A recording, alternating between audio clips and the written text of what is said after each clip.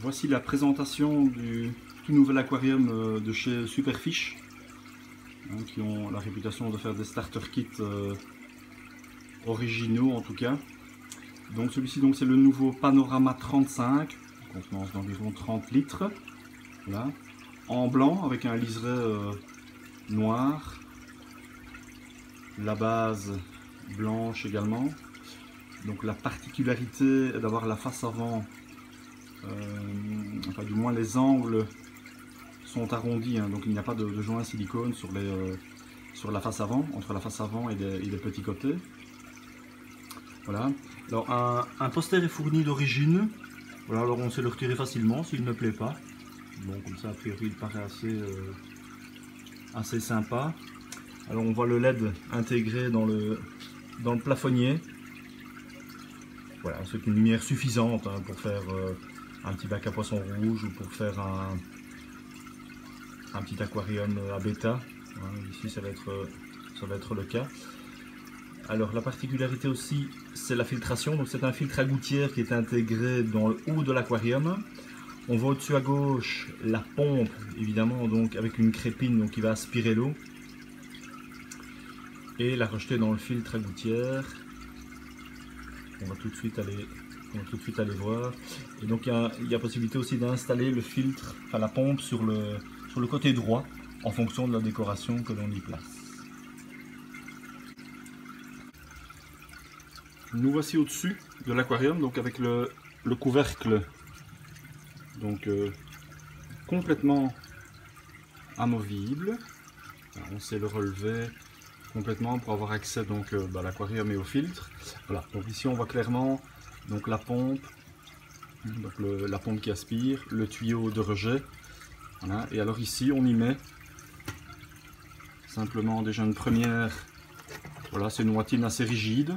Voilà, vaut mieux utiliser celle d'origine afin qu'elle ne se bouge pas trop vite. Alors ici on a vraiment quelque chose de tout à fait particulier et de très bien. Donc c'est un bac en plastique noir que l'on peut ouvrir facilement et on y met ce qu'on veut. Alors d'origine il y a des petits cailloux. Bon, moi je les ai changés ici par du charbon actif, pour avoir une eau vraiment hyper claire. On peut y mettre de la céramique, un peu de tourbe, c'est vraiment combiné comme on veut. Voilà, donc il y a le petit bac qui vient ici au-dessus. Alors au-dessus il y a encore petite préfiltration, voilà, c'est une moitié bleuâtre comme ça. Voilà, et donc l'eau remonte à travers le tuyau de rejet, et donc ruisselle dans toutes les masses filtrantes et retombe dans l'aquarium. Ici on voit très bien l'emplacement éventuellement pour mettre la pompe à droite. Nous allons ici préparer la décoration donc de notre aquarium. Voilà, donc on va utiliser donc cette fois-ci de la pierre Mini Landscape. Bon, elle s'appelle aussi Serious Stone. Elle porte plusieurs noms. Voilà, donc ici on va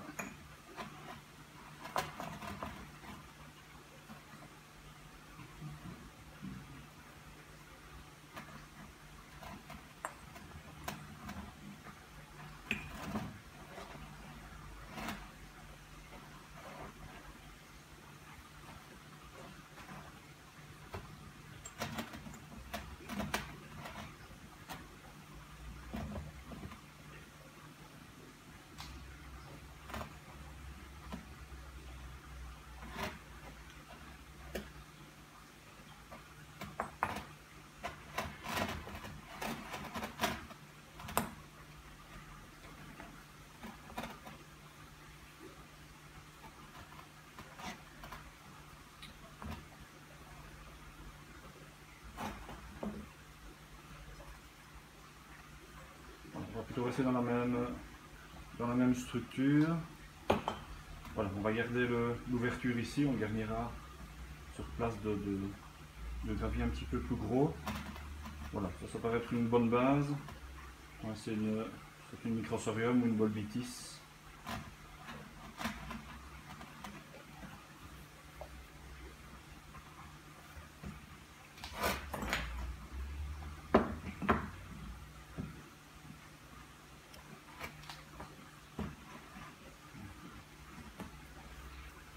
souvent la simplicité, c'est tout de même le mieux, surtout sur des petits volumes. Hein. On est sur 38 cm, donc voilà, ça paraît sympa. Nous revoici devant notre aquarium Superfish. Alors on va utiliser un gravier déjà très propre pour la facilité. Donc c'est le gravier de quartz de chez Dennervé. Voilà, on peut l'utiliser directement sans le nettoyer. Il est vraiment très propre, neutre au CO2, rodé poli, donc pour les poissons de fond c'est vraiment parfait. Voilà, un très bon gravier.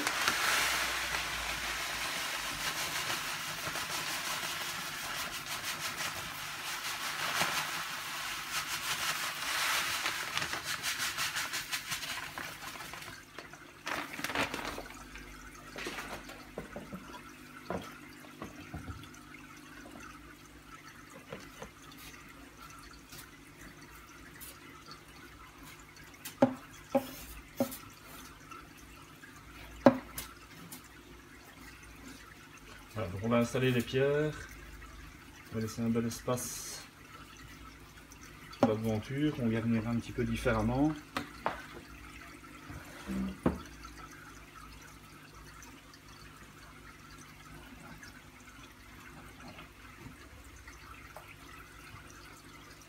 C'est une pierre qui se combine bien en plus avec le type d'éclairage.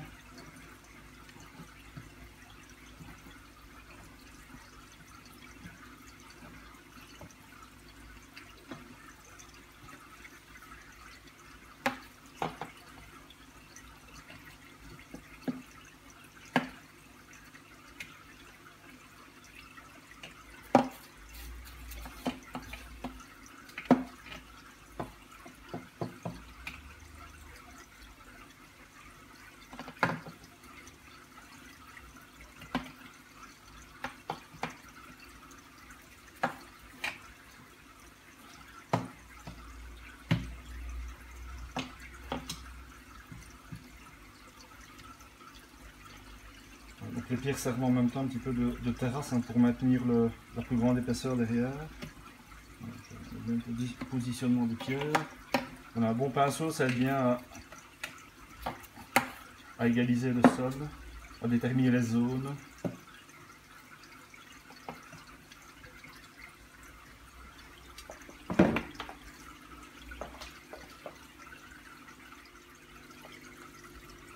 Alors on va un petit peu compléter l'arrière. Voilà, on rajoute un petit peu de... On va regrouper le gravier ici, à l'arrière. C'est toujours bien de... Ça peut être sympa de faire plusieurs niveaux. Voilà.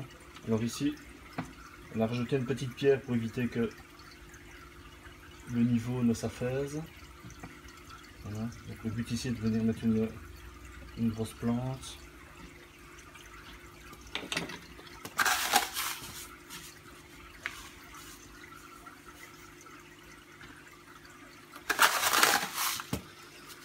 Voilà.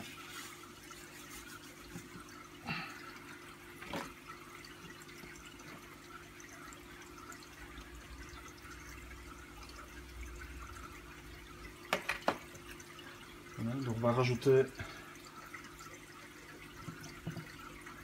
une petite pierre ici.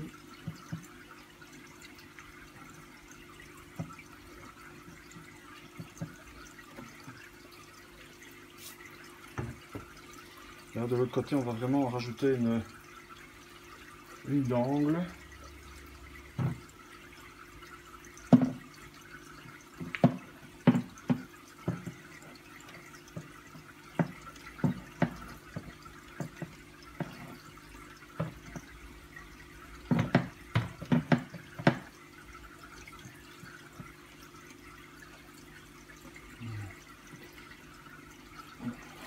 Devant les gravillons. Voilà.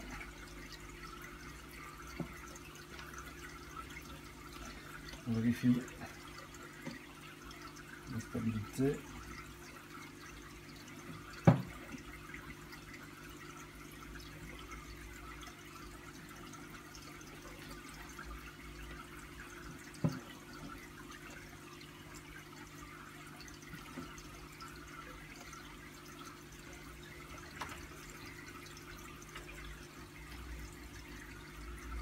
Alors on verra un petit peu mieux de face tout à l'heure ce que ça donne, évidemment, c'est plus facile. C'est de face, au niveau du visuel. Mais on est obligé de se mettre devant pour l'arrangement. Voilà.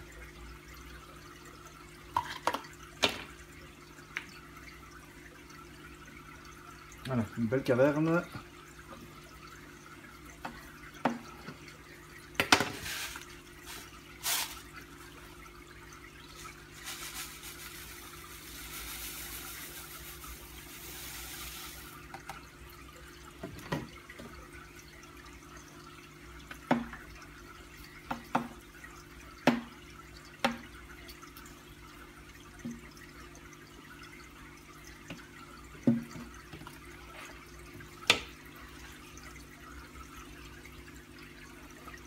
Voici une première étape. Ici nous avons personnalisé la devanture avec un gravier Dennerley. Donc c'est une gamme de graviers, voilà, pour les finitions. Hein, ce sont des paquets de 5 kg. Ici donc c'est le glacier en diamètre 8 à 10 mm. Voilà, comme ça ici on simule un petit peu l'entrée d'une grotte, hein, avec, on voit bien dans le fond la prolongation du gravier blanc pour l'effet de profondeur. Ici on se rapproche et donc on voit évidemment beaucoup mieux la profondeur du gravier blanc. Voilà, là ici on voit vraiment bien la granulométrie.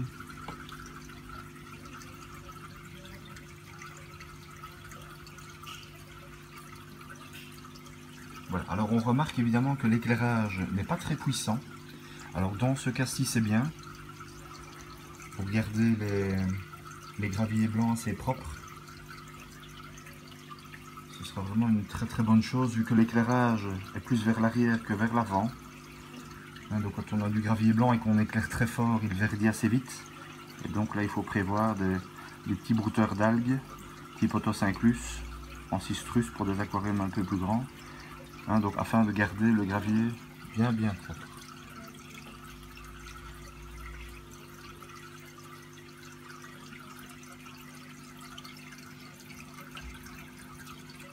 Voilà, maintenant on peut passer à la plantation. Ici la partie avant a finalement été modifiée suite à l'avis demandé à plusieurs clients. Et voilà, comme ça les clients auront aussi participé à l'élaboration de la décoration. Et donc en plus du gravier Dennerley glacier, donc nous avons rajouté donc, un gravier de la même gamme, donc Dennerley, le Yukon, voilà, en diamètre 5 à 10 mm, voilà, plus foncé. Voilà, évidemment ça donnera encore différemment sous eau, mais voilà un petit mélange de gravier sympa à l'avant.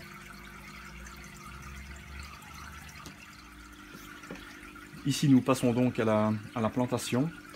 Donc derrière, entre les deux roches arrière, donc nous allons mettre une microsorium, une narrow, donc avec les feuilles assez fines, lestées par un tout petit caillou et attachées avec une attache colson. Voilà, toute simple pour qu'elle tienne en place. Si on veut changer le décor, on tire simplement la plante avec le caillou et on peut changer. Voilà, vraiment tout simple.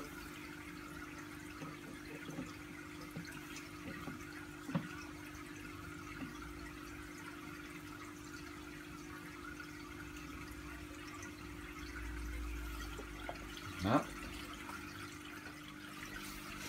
En haut à droite, nous allons mettre une Anubia. Donc même chose, hein. Donc juste posé sur une pierre, attachée avec une fine attache colson. Voilà, pour ne pas qu'elle bouge. Hein. Elle pourrait tenir toute seule, mais bon, c'est mieux de la lester. On pourrait la coller, mais si on veut la bouger, c'est un petit peu plus embêtant. Donc voilà, un petit montage tout simple. On va positionner. Bon, l'accès n'est pas super évident. Voilà.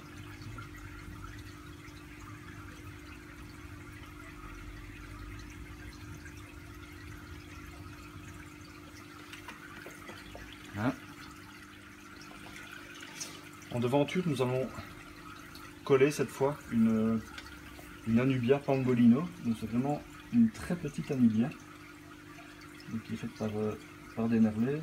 On va remettre de la colle.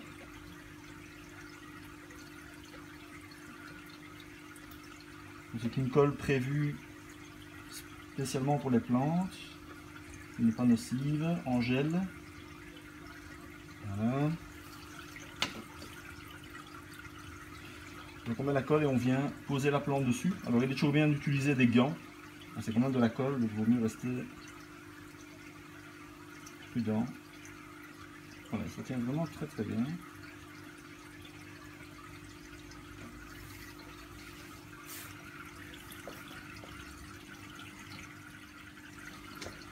Alors on va continuer, on va en mettre une deuxième.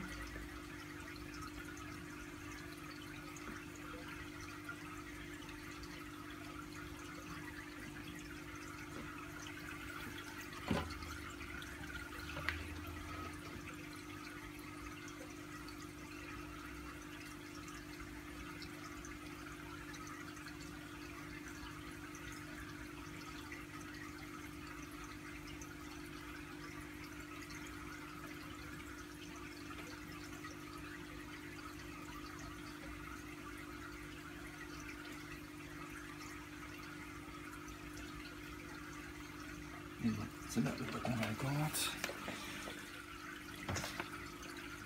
On va en mettre une deuxième.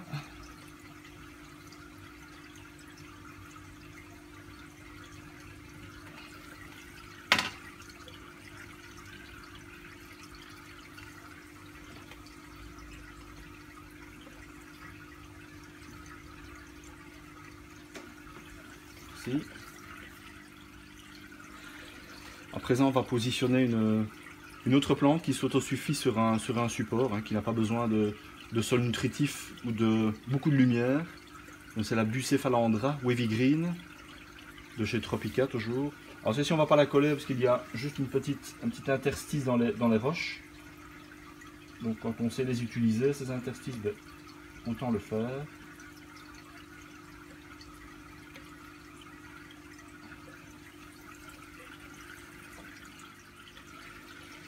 Idem de l'autre côté.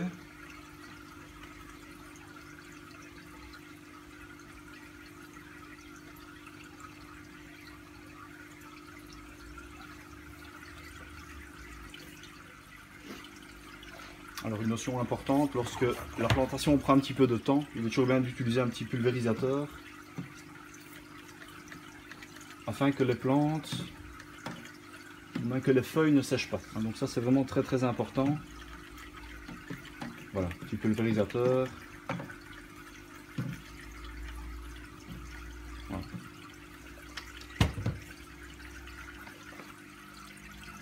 Voici de plus près.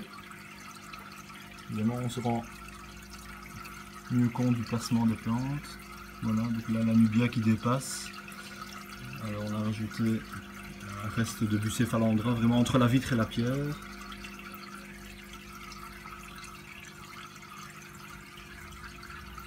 Voilà, donc ici, la Bucephalandra,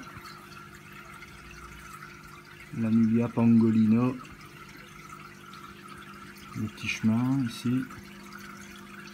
Voilà, de nouveau la Bucephalandra. Alors ça c'est l'avantage de cette pierre, c'est que les anfractuosités permettent d'aller coincer les plantes et donc on n'est pas forcément obligé de les coller. Voilà une petite vue d'ensemble avec les plantes humidifiées.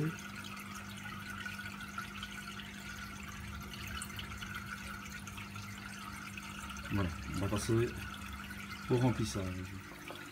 Voilà, donc ici on passe au remplissage.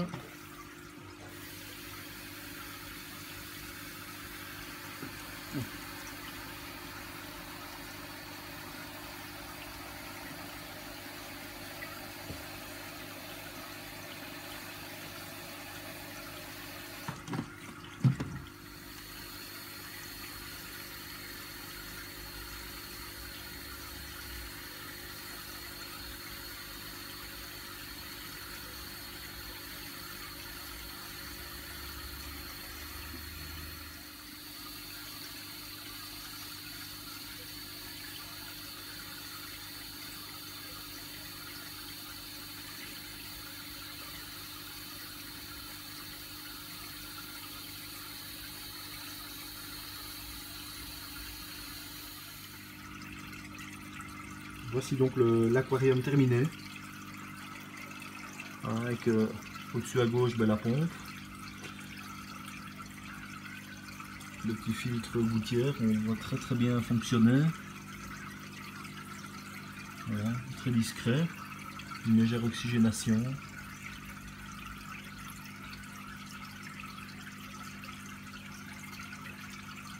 Voilà, les plantes qui ne sont pas spécialement exigeantes. Vu l'éclairage d'origine du bac, c'est parfait. Voilà, donc pas trop de plantes. Alors après, selon les goûts, il y a toujours moyen d'en rajouter ou de faire autrement, évidemment.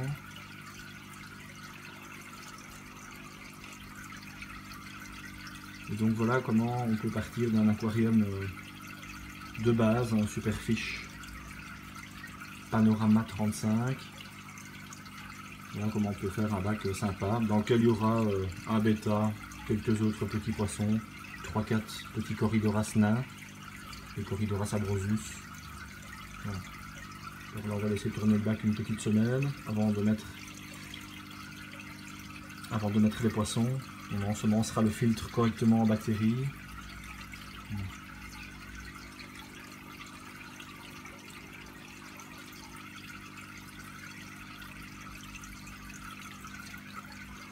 Et donc si vous avez des questions, n'hésitez pas à réagir sur notre Facebook. Et donc tout le matériel est disponible en magasin.